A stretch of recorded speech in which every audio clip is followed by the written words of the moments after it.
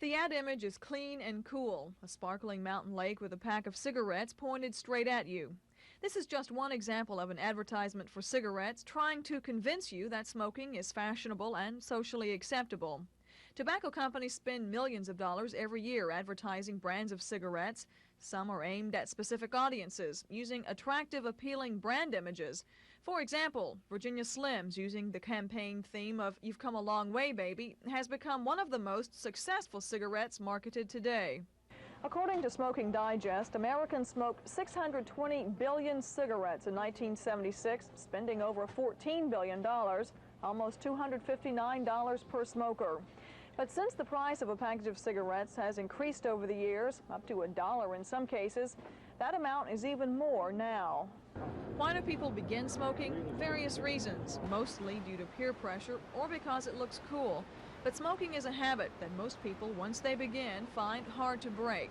Warnings against smoking are everywhere. The Lung Association, the American Cancer Society, and doctors all say that smoking may be hazardous.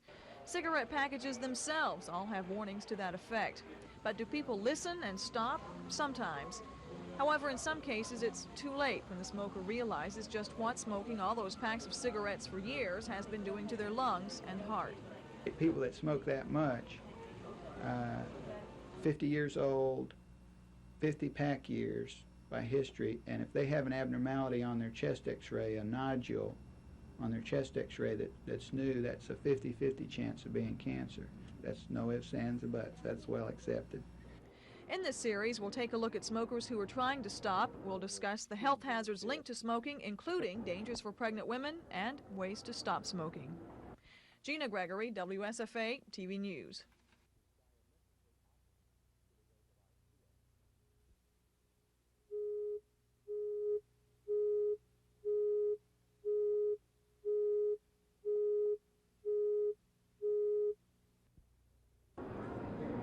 Anywhere you go, you see people smoking.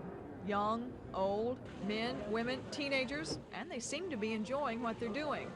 Even with all the warnings against smoking, people continue to light up, some smoking up to 3 packs a day. It's a habit. Have you ever tried to stop? Oh, yes.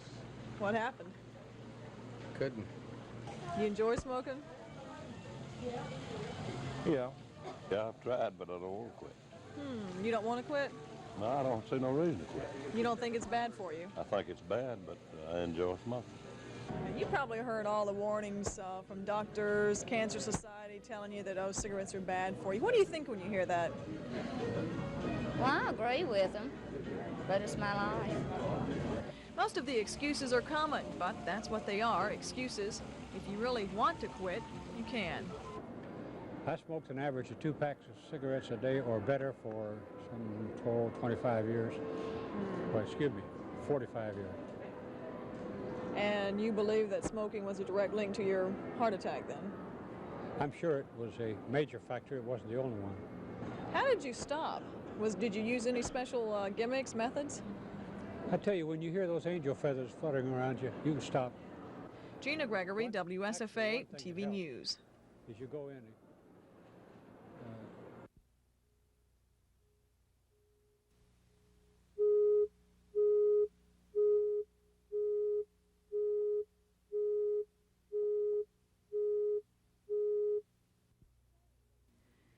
Saying that smoking cigarettes is harmful and really believing it are two different things. Some doctors say the only way to make a smoker realize what's happening to his body is to use scare tactics or just present the facts.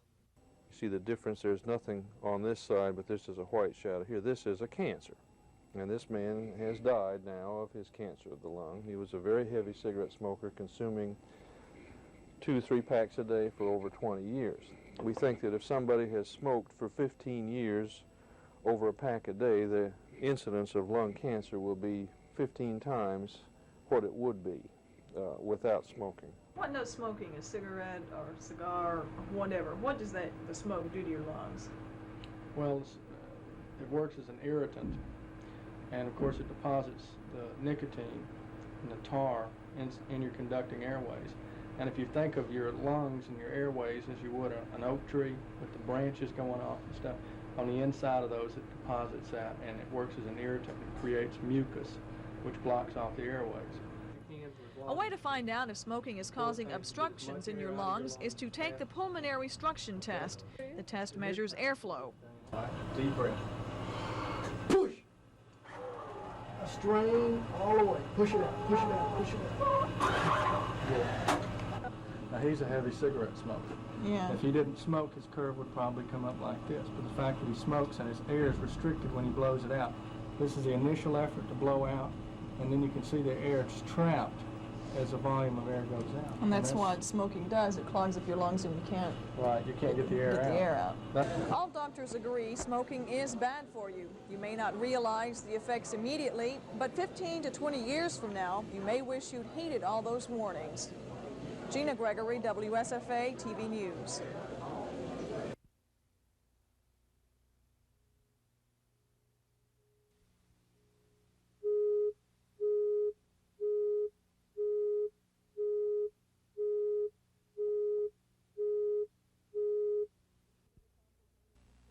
Do you think it's harmful to you and to your baby? Well, I've heard, different things about it, but I think it could cause premature, and it could cause the baby to weigh less, but there's other things that could cause that besides smoking. It's not just smoking that's going to cause your baby to be small. So you're going to try and cut down at least? Right. I've already cut down a good bit, more than I would have if I hadn't been pregnant. Do you think now you'll just stop smoking altogether? I doubt it. When the baby comes, I'll probably smoke more than ever.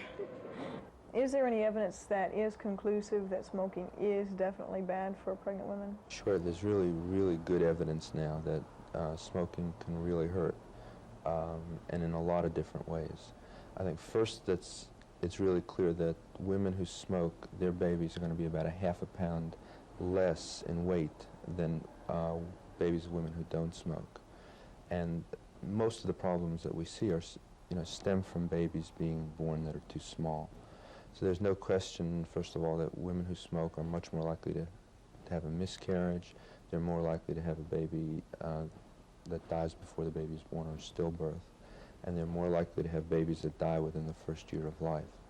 Dr. Goldenberg says as far as he knows, quitting cold turkey isn't harmful. He says the quicker a woman can stop smoking, the better, especially since smoking is most harmful during the second half of pregnancy.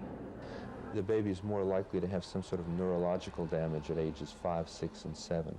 So these babies will have a greater incidence of learning disorders, a higher incidence of mental retardation, problems like that. Gina Gregory, WSFA TV News.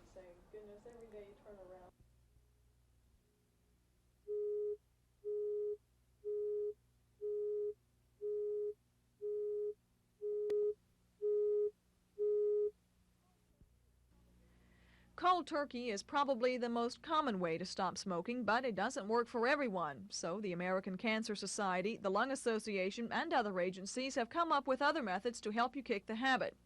First, list all the reasons you smoke. Then bet a friend that you can stop. Switch to a different brand. Smoke only half of your cigarette.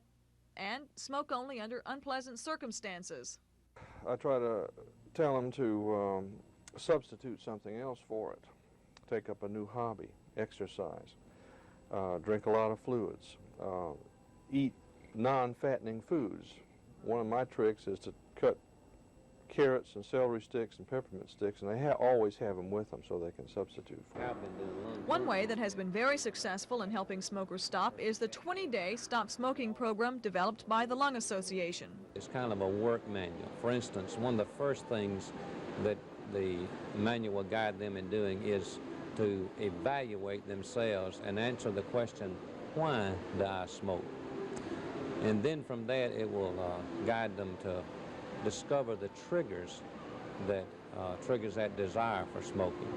There are a lot of different ways to stop smoking. No one way is any better than the other. The best is whatever works for you. Gina Gregory, WSFA TV News.